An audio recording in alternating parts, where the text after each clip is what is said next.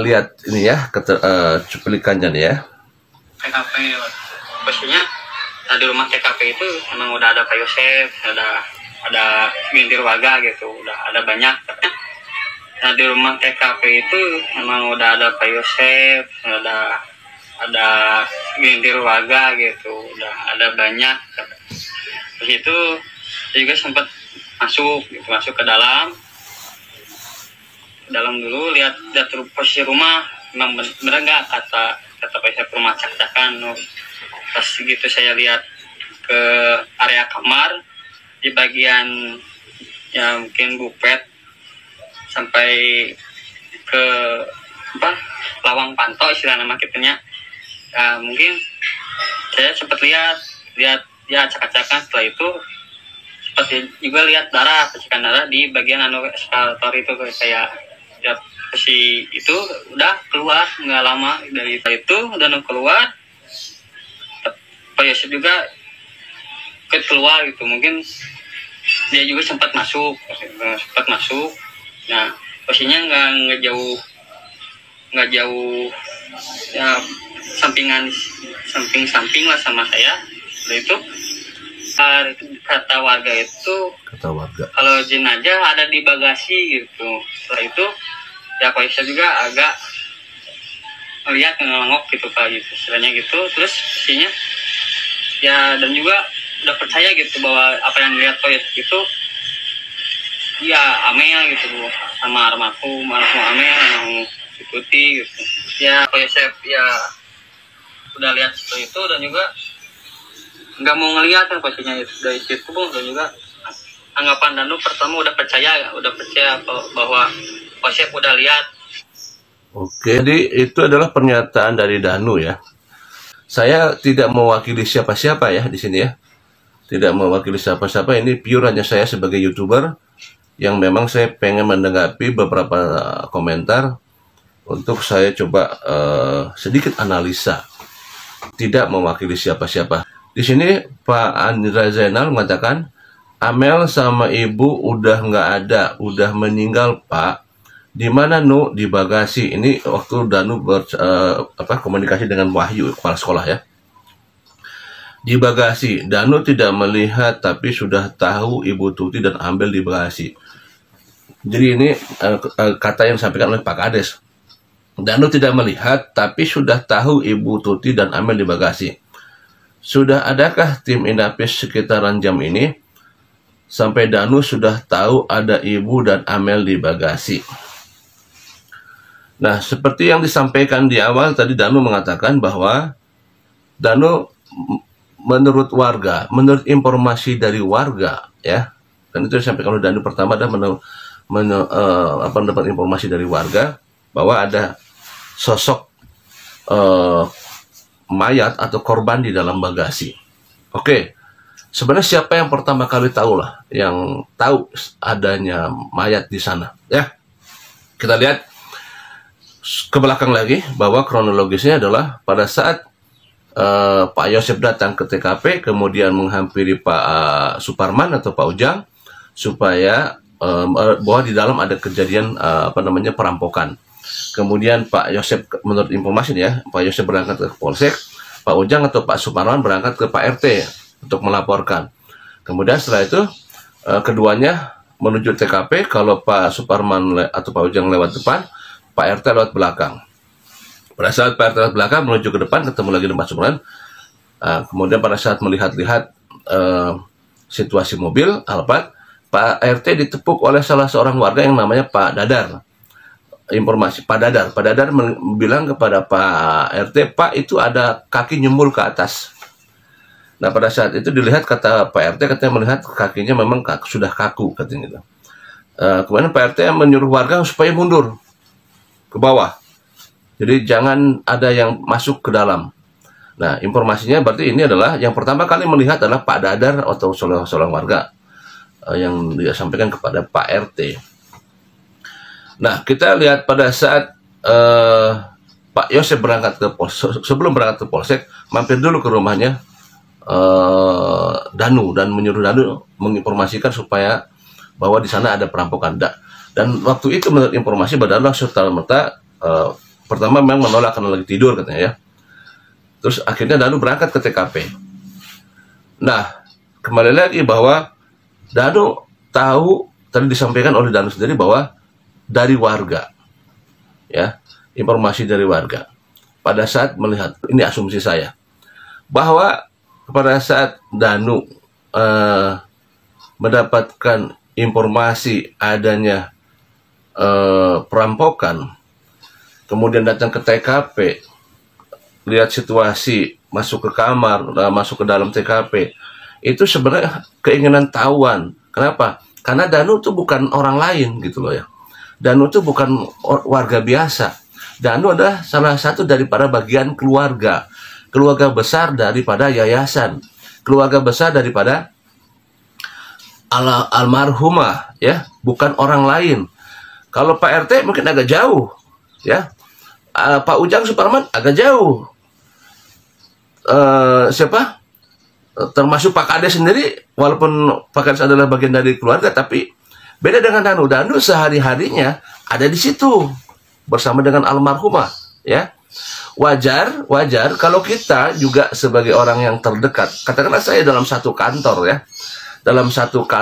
ya, dengan teman-teman satu kantor, pada saat ada teman yang satu kantor dengan saya terjadi sesuatu, maka ada keinginan tahuan yang sangat besar dari saya sebagai teman yang dari satu lingkungan, ya, akan ada keinginan besar ingin cari tahu. Betul tidak? Ya. Sama dengan halnya dengan Danu. Danu adalah lingkaran keluarga yang sehari-harinya bersama dengan almarhumah. Ya. Danu sering juga di TKP karena sering membantu almarhumah dalam rangka disuruh fotokopi, disuruh ngeprint dan lain sebagainya. Artinya pada saat melihat situasi rumah yang berantakan, kemudian apalagi ada dengan darah, pasti ada rasa di dalam hati dan pikiran, ada apa ini? Kemana Watuti? Kemana Teh Amel? Betul nggak? Pasti ada perasaan penasaran, gundah gulana, bercampur keinginan tahuan. Dan mendapatkan informasi dari warga, ya bisa jadi dari warga itu adalah yang Pak Dadar tadi. Karena Pak Dadar adalah orang pertama yang melihat kaki nyembul ke atas. Ya. Nanti bisa dilihat juga dengan para saksi di sana apa yang dilakukan Danu. Tapi ya itu saya bilang, Mbak, saya beranggapan bahwa pasti ada kepenasaran dari Danu yang merasa sebagai bagian dari keluarga, pengen tahu, apalagi disampaikan oleh warga bahwa ada nyembul ke atas. Ya, ini baru perkiraan saya. Danu juga pengen tahu pada saat melihat ada kaki menyuruh ke atas, di informasi warga pasti ada kepenasaran dari Danu ingin melihat. Ini baru saya ini asumsi saya. Saya tidak dapat keterangan dari Danu, tidak. Karena saya belum komunikasi dengan Danu, dan biarlah itu, saya bilang tadi, biar itulah Kang Hedi nanti bagiannya. Tapi saya sebagai pribadi, ya, berasumsi kalau saya jadi Danu, ya, melihat ada kaki nyembul ke atas, pasti saya penasaran. Pengen lihat siapa ada yang di sana. Ya. Pertanyaannya pasti, wah, berani-beraninya masuk ke Alphard. Sekali lagi, tidak semua orang mengerti apa yang disebut dengan sidik jari. Tidak semua orang mengerti apa konsekuensinya pada saat kita memegang barang-barang bukti yang ada di sana. Tidak semua orang mengerti arti daripada polis line. Tidak semua orang mengerti konsekuensinya orang memasuki ke TKP garis kuning. Nggak semua orang paham, ya. Orang-orang hukum, orang-orang pelajar, oke lah, bisa mengerti. Kadang-kadang orang-orang pelajar juga ada juga yang nggak mengerti, ya. Pada saat itu, pada hari kejadian, tidak ada pemikiran bagaimana nanti kalau misalkan takut sidik jari saya nempel bagaimana, apalagi seorang Danu yang mungkin tidak mengerti masalah sidik jari, apalah konsekuensinya kalau tangannya megang, mungkin tidak mengerti. Pada saat itu yang ada di pikiran Danu pada saat itu adalah penasaran, kemana Watuti, kemana Teh Amel. Itu kan yang ada di pikiran Danu pasti, ya. Sehingga penasaran, pengen, apalagi informasi dari warga bahwa ada kaki menyerut ke atas. Bisa saja Danu penasaran, pengen lihat. Ini baru asumsi saya, ya. Ini baru pemikiran saya. Ada penasaran pasti dari Danu, pengen melihat siapa yang ada di mobil itu. Betul tidak? Ya. Kalau misalkan disampaikan kemudian Danu ketika kata Pak Kades bahwa kok belum tim ini habis, belum melaporkan, tapi kok Danu sudah bilang katanya itu Wak Tuti. Karena begini ya. Ada dua kemungkinan. Satu, misalkan Danu pengen melihat, ya. Satu kemungkinan. Taunya dari mana kan gitu. Danu tahu dari mana sih itu kalau itu dia menyatakan bahwa itu Hamel sama Bu Tuti. Satu, ada kemungkinan Danu melihat karena penasaran, karena merasa diri sebagai keluarga penasaran, pengen melihat. Penasaran dong, ya. Kedua, bisa saja itu sebagai asumsi Danu. Karena apa? Karena kan di TKP, ya, tidak ada Wak Tuti, tidak ada Hamel, ada nyembul ke atas, kemudian ada darah, boleh beropini sendiri dong Danu pada saat itu. Wah, itu mungkin Bu Tuti sama Hamel. Nggak mungkin kalau misalnya pada saat ada darah, ada perampokan, yang misalnya ada perampokan, darah di mana-mana, kemudian di mobilnya itu adalah mobil almarhum, dan nyembul ke atas, kemudian berpikiran bahwa itu pasti siapa, si misalkan kalau saya bilang artis siapa atau orang lain gitu ya, menyebutkan orang lain kan nggak mungkin. Pasti yang ada di pikiran Danu adalah ya pasti yang tidak ada di rumah, ya, pikiran, betul nggak? Karena di mobil Alphard, bukan di mobil angkot. Kalau di mobil angkot, berpikiran jangan lain. Oh, pasti orang lain itu. Kalau di mobilnya